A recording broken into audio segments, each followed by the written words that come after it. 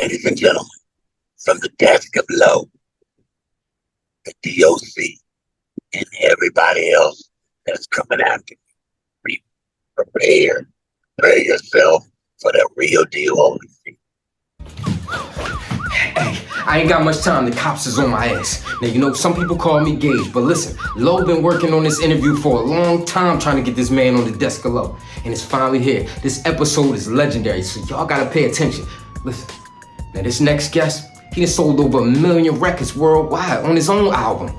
But as a writer, y'all don't even know, man. As a writer, freeze! Put your hands on your head! Hey man, fuck the police!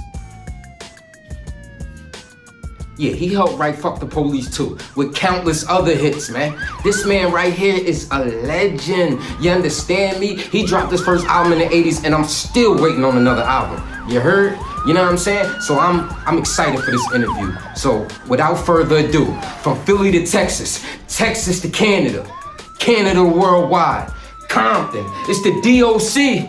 Yo, I'm out this motherfucker. Yo, I'ma holler at you. Thank you. No worries. So, welcome back from the desk of Low. Now, have you seen the intro right there? The intro is by former Aftermath artist, went by Gage. Man, he gave Doc his flowers right there. But man, I'm going to give my own intro right here. So, man, this gentleman right here, man, we've been trying to get this gentleman on the show for 3 years. But you know what? They say timing is everything. It's a G-O-D thing, as my man would say right here. So, with this episode being so monumental, I just want to let you all know his accomplishments, because hip-hop being 50th this year, we want to celebrate him as an artist. Man, he's been a part of 3 major movements, and it's well documented, that forever changed my life. The Death Row, the Ruthless, Aftermath, impact me in such a way I can't even subscribe right now. But not only that, he is one of the most influential gentlemen in hip-hop and gangster rap himself. Man, I got the one and only D.O.C. How you doing, sir?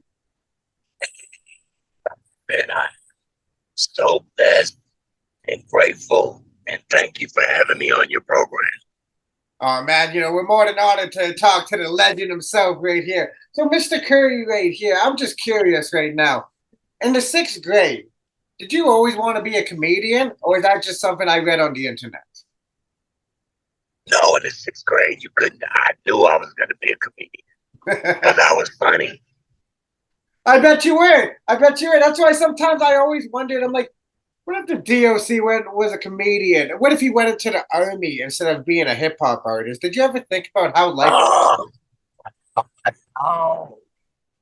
No, God.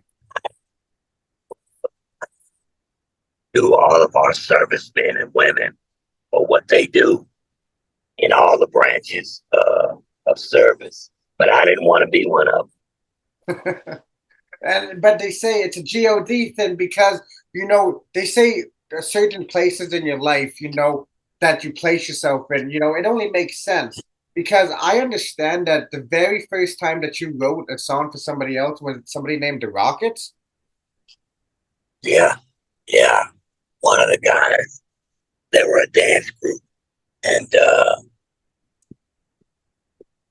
they wanted an intro for their group, and I wrote the guy the intro, but he couldn't perform it, so I performed it for him, and everybody thought I was really good, and so I just kept doing it. And then, you know, it turned into your artist that we know now known as the D.O.C. because, you know, as I do my research on you, when you were in high school, I understand hip hop found you like a D.O.D. thing. Oh yeah, found pretty much like it found everybody else. You know, came on the radio, and it was something that I really enjoyed, and you know, that dance was really big in Dallas at that time. What I was saying was, and excuse me for giving you this interview while I'm going between places, because it's just meetings all day today that I didn't know about, and I really wanted to make sure I got with you today because you've been super patient, and I really respect the way that you carried yourself. I'm trying to make this happen. So, like I said, when the music came out, it was just mesmerizing to the young guy in me. And then when the guy asked me to do it and I performed it in front of people, then I was pretty much locked in after that. Did you always know that you were gonna make like an impact that forever would change music? I didn't even think of it like that, but I just wanted to be great. You know, I just wanted to be great. That's it. And I wanted people to tell me, Doc, you're great. And so I didn't think about making an impact. I didn't think about making lots of money. I just wanted to be sort of congratulated for my skill set because I worked pretty hard on it. Now, you being a very influential man within hip hop, now I noticed that you're a very humble being. That's very rare these days now too. I was wondering now too. No one can do it better. That only took 3 weeks to go gold. But I was curious now too. How come you didn't swear on that album? Yeah, well, the school that I came from, the school of hip hop that I came from, they didn't do a lot of cursing in their music. It was the NWA guys. When I connected with those guys, they were doing boatloads of cursing in their music, and that wasn't who I was. So I just stuck to my guns and made it about my skill set, and uh, kept it authentic, so to speak. So authentic to who I was as a person, as a human being. So that's why I didn't curse. Wasn't a big deal for me. I Yeah. thought it was more of a good deal when you didn't curse and still made it good. Because that impresses me because like when I listen to your album to this day now too, I noticed that there's no profanity in it, but the movement that you were a part of out of, yeah, there's profanity in it now too. But did that take some adjustment, like actually being able to like, swear within the rhyme that you had to write for other people? No, no, No? it's all the same for me. Actually, swearing makes it easier. I mean, because there are only so many curse words, and so the ones that everybody like and everybody know. So it's easier to work within that space. So I had to, rather than having to create a whole another way of saying something in a way that can be effective. Now I understand, like, I was randomly watching the show the other day, Winning Time, and out of nowhere, I was like, "No way, is that D.O.C. that appeared on there?" So I was like, I noticed like you're getting the acting bug because I seen you in a movie of Bruce Willis called Gasoline Valley too. Yeah, bro. I in the past 3 years, I began to get the bug again to create, I know. and I'm just putting it out. I'm just putting it out there, and, and people seem to like it. So I really enjoyed it, and I plan on doing a lot more of it. God willing. Now, I like how you said a lot of people seem to like it now too, because I remember you said that you don't really like your second album now too. But I remember the very first DM I sent you, I was like, Mr. Kerr, I expect your very first album, but your second album, because I found your first and second album when there was no internet.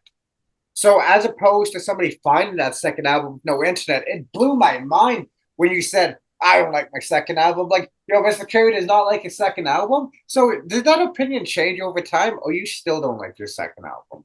No, it changed. Okay, good. Okay, good.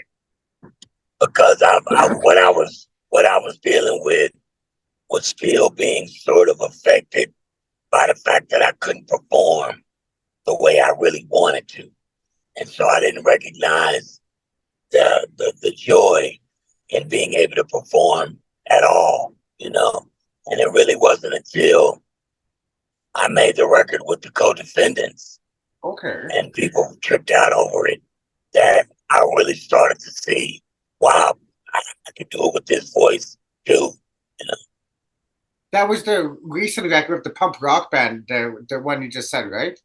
Yeah, the co-defendants. Yeah, because I remember you said that in the interview. And I went and checked them out. Hey, they became a From Dusk Till Dawn fan because I like when artists like yourself take chances on like this is different. Let me see what I can do with it now too.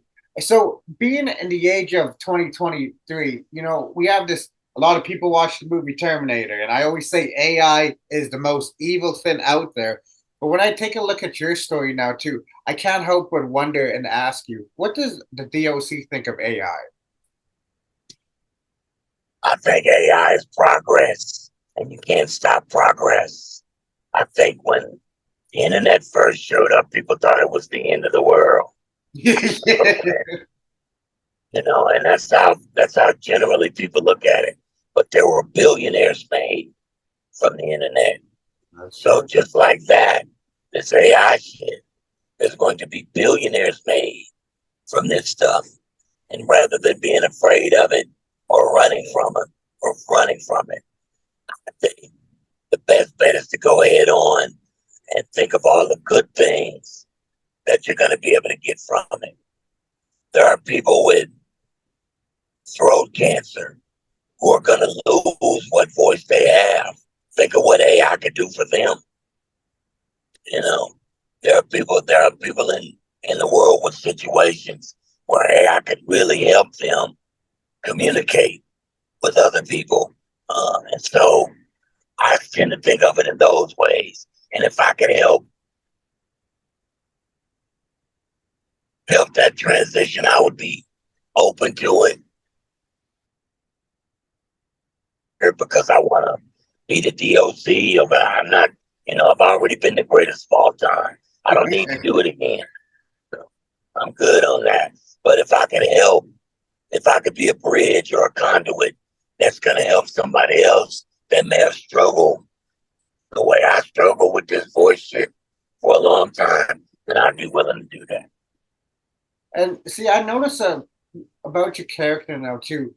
Throughout your entire life, you were always helping others now too. You were helping Dre, you were helping Snoop, Suge, and all that. But one thing I always admired about you now too, you never gave up pushing your own goal now too. So I was curious, Mr. Curry, when you're writing for other people now too, is it hard sometimes to be like, I kind of don't want to give this one away, but at the same time you have that mindset, it's for the greater good. No, when I write, it's I tell folks this all the time. The song is the only thing that matters. At the end of the day, it's the song that's gonna live forever, not you. So just make the song great. It doesn't have to be for me. Just make the song great. But I don't. If I write a great song, I don't give a damn who gets it, as long as it's done well, because that song is gonna live forever. And just because you don't hear me, I'm still there. Like I get people call me underrated. I think a better term would be overlooked, Hmm. because they give me credit all the time. They just don't know they're doing it right. When they talk about this song is the best, or this album is the best, or this act is the best, I put a lot of work into those things. So that means you're really giving me all my credit. You just don't know it's me doing it. Oh, we know what you say because we're very well versed on your history. Because, like, I like how you say that now too. Like, songs will live forever now too. Because sometimes, like, do you just hear some of the old records that you hear? It's like like that's gonna live forever. But like, do you hear it sometimes? It's like, damn, I can't believe I wrote that. Like, because like I understood when you wrote Nothing But a G, then Snoop told you, no, you told Snoop it's the first and the last line of the song. That's important. That the most important lines in a record to me are the first one and the last, because you have to catch them. You got about 15 seconds before you lose any listener, and the ending, because you want them to hear that again. I want that again. So if you hit them with that opening, you hold them for that 15 seconds, they make it all the way through the song and give them that ending at the end that they love to hear. They're going to want to hear that whole thing again. That, at least that's my way of looking at it, grabbing them and keeping them locked into what you're trying to do. That's very true because, like, that's what I always tell people now too. Sometimes it's just that first line that sets it off. It's like, whoa. But, knowing now too that we came into the age of video games now too. I couldn't believe when I saw this now too. When the good dog, joined Grand Theft Auto. But you're also in that too because you did the hook on gospel for that song. So, but I don't want to talk about the song. I was curious, D.O.C. You ever play Grand Theft Auto 5? Well, say that again. Have you ever played the game Grand Theft Auto 5? Grand Theft Auto 5. No, I stopped playing Grand Theft Auto a while ago. I don't play too many video games now. I got an 8-year-old son and a 6-year-old son. So when I do play video games, it's some obscure kid game. Yeah, ain't no Grand rated Theft E. Auto. Yeah, I know rated M. I understand you, sir. Because like No, even with your music now too, the very first time I ever heard of you, because this is what I love about sometimes about hip hop video games, Grand Theft Auto San Andreas. They played it was funky enough. And I was about maybe, I don't know, 11 years old. But the first time I heard that, it blew my mind. I'm like, who is this? wow, So, that's dope. I appreciate that, bro. hey, anytime. That's when I became a lifelong fan. But this is the point I wanted to make for the listeners out there. A video game soundtrack for the generation of the early 2000s, if you found an artist on there, it can really shape your musical history. Oh yeah. So have you been open to, putting more of your music in more video games out there or like even soundtracks? Because a certain movie could have the great soundtrack for that song. Look, I'm open for anything, but I haven't had control of the art. They've had control of the art, but I'm getting control. I'm regaining control of the art as of next year. And so it may be all over the place, It's just business. I'd like to do video games myself. I'd like to create albums based around it. I mean, I'm just in a creative space right now. So ain't no telling what I'm gonna be doing over the next few years. See, I won't ask you much more questions. We'll let you go because I know you're a busy man. But I understand now too that the very first time when you're listening to yourself now too, like, do you get memories of back then? Like, do you just listen to like your first album and think about back then, or you try not to live in the past?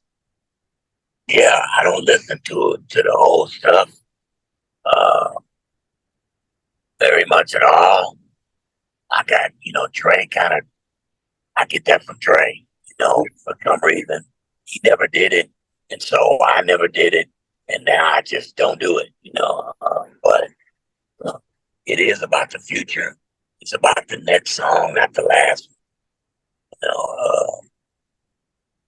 I plan on going to LA for a week next month to help Snoop and Dre finish Snoop's Missionary album. He's Oh, trying to cool. put it out this year. And so we all haven't worked together seriously where we're all in a creative space in a long time. And we're all in a space where we want to do something great. So it should be a cool, it should be a cool week. We should come up with 2 or 3 really great records since we're all in this kind of space. And I'm looking forward to it. Does it feel like a family reunion sometimes? Oh, yeah, all the time. Every time. Now, but see, it shows the growth in friendship now too, because it's very hard to keep the same friends over time now too. It's very hard to keep the same friends over time now too, especially when I can only imagine where money, women, records. I can't imagine that, but it shows the strength of a human being with inside you guys. Like we don't let that can control us. No, no, we love each other. Those are my brothers, and I want them to win, and they want me to win. So we work for each other's win, and that's just what that is. But we're lucky if everybody's in the right headspace. That's the tricky part. But right now, in this moment, I think we're all in that space where we're ready to do some new shit, and so it should be a good visit.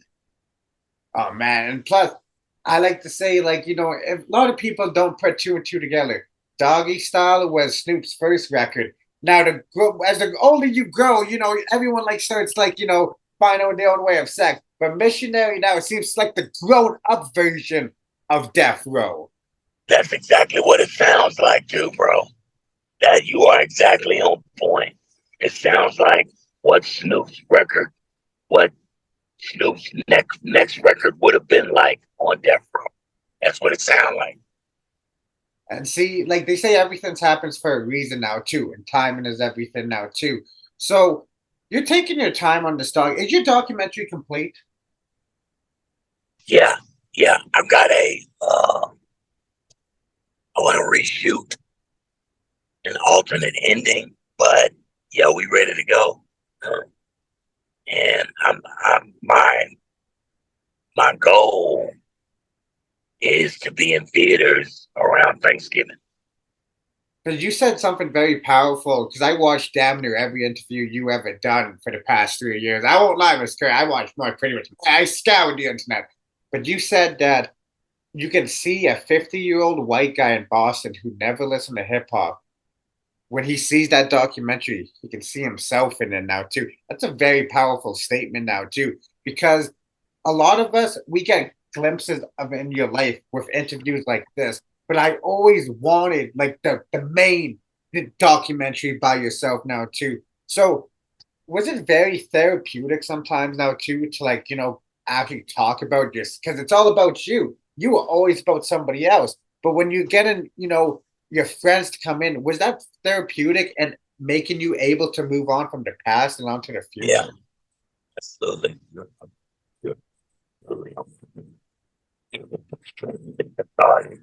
To, to do that documentary, it allowed me to get free of the pain of not having my voice because I could see my worth in my journey.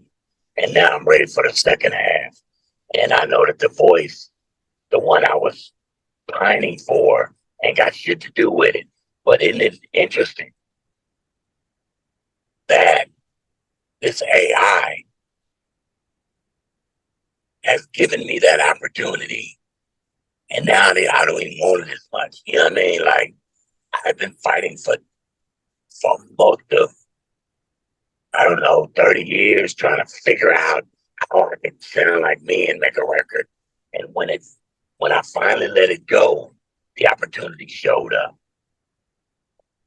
Very inspiring. Because like I may have got this wrong now too, but I understand. Did you really quit drinking on your birthday?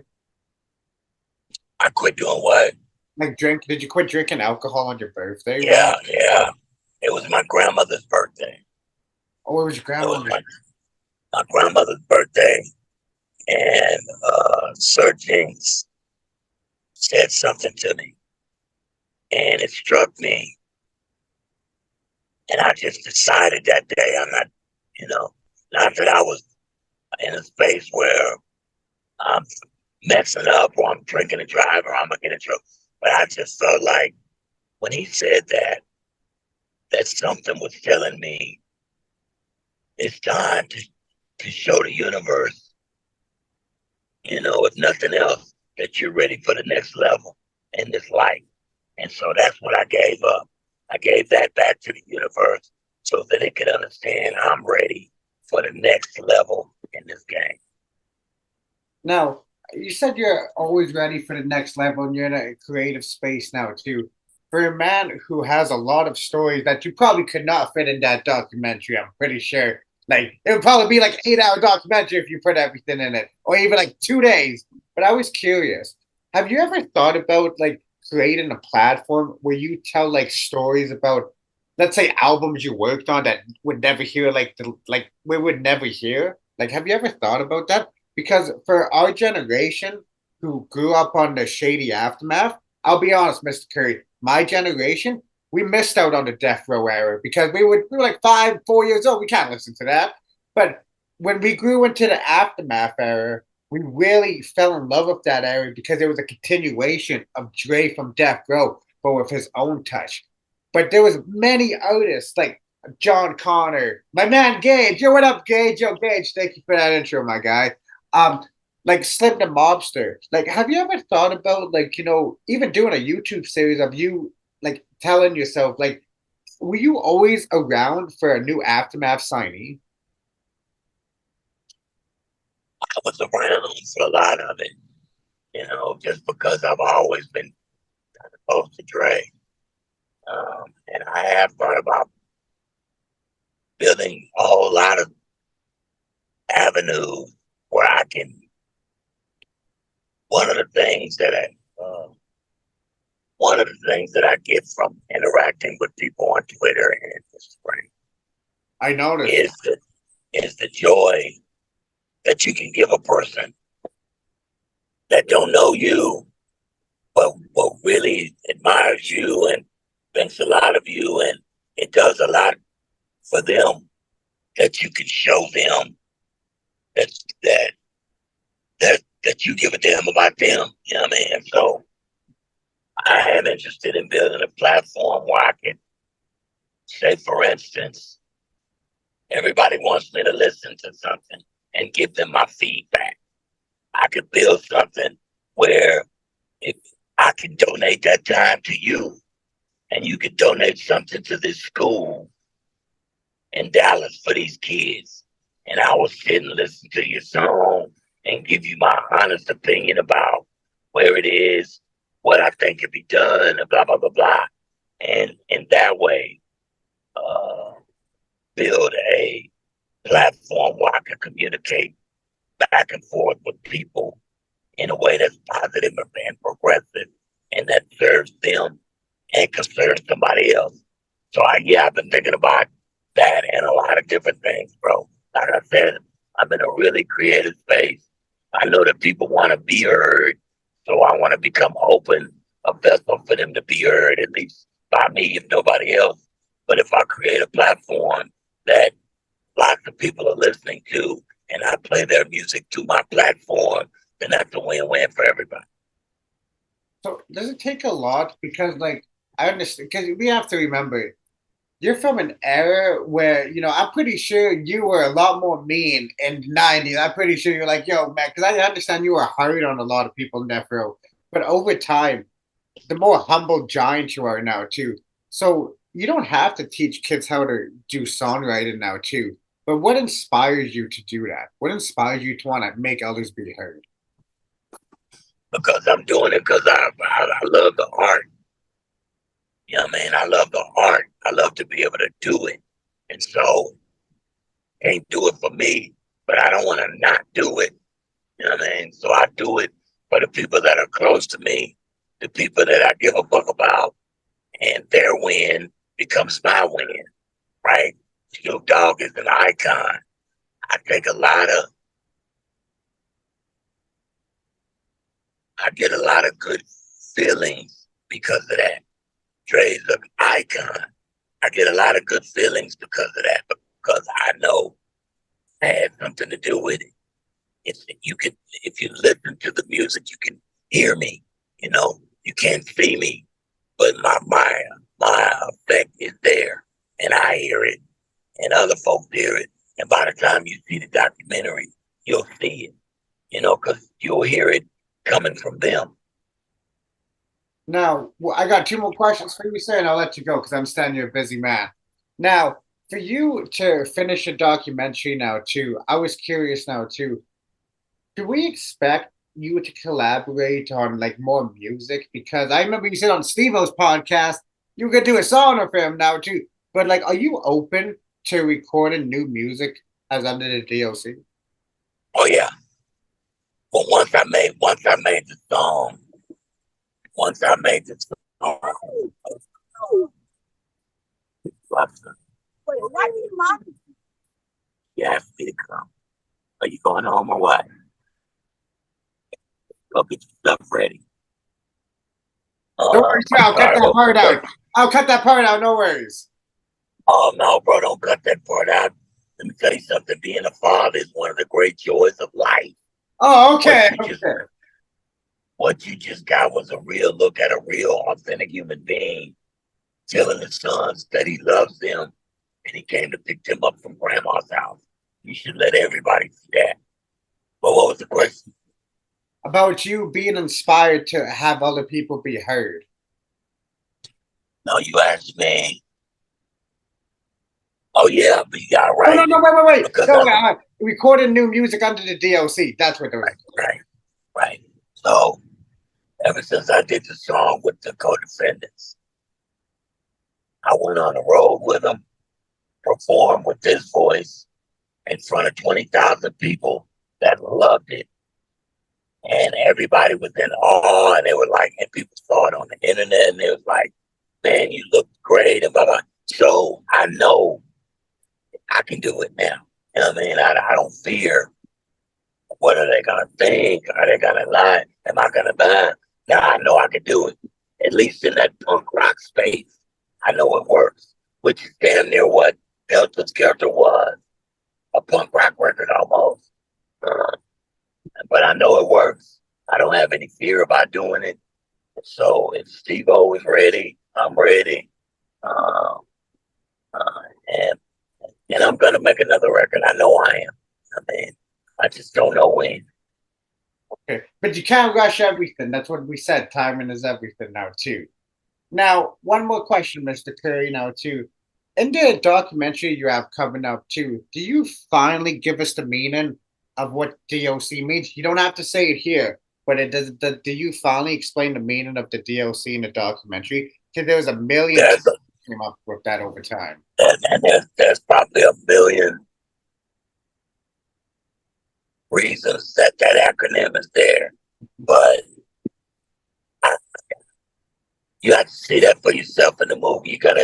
You're gonna get a real kick out of that part. That I can guarantee you that part you're gonna really enjoy.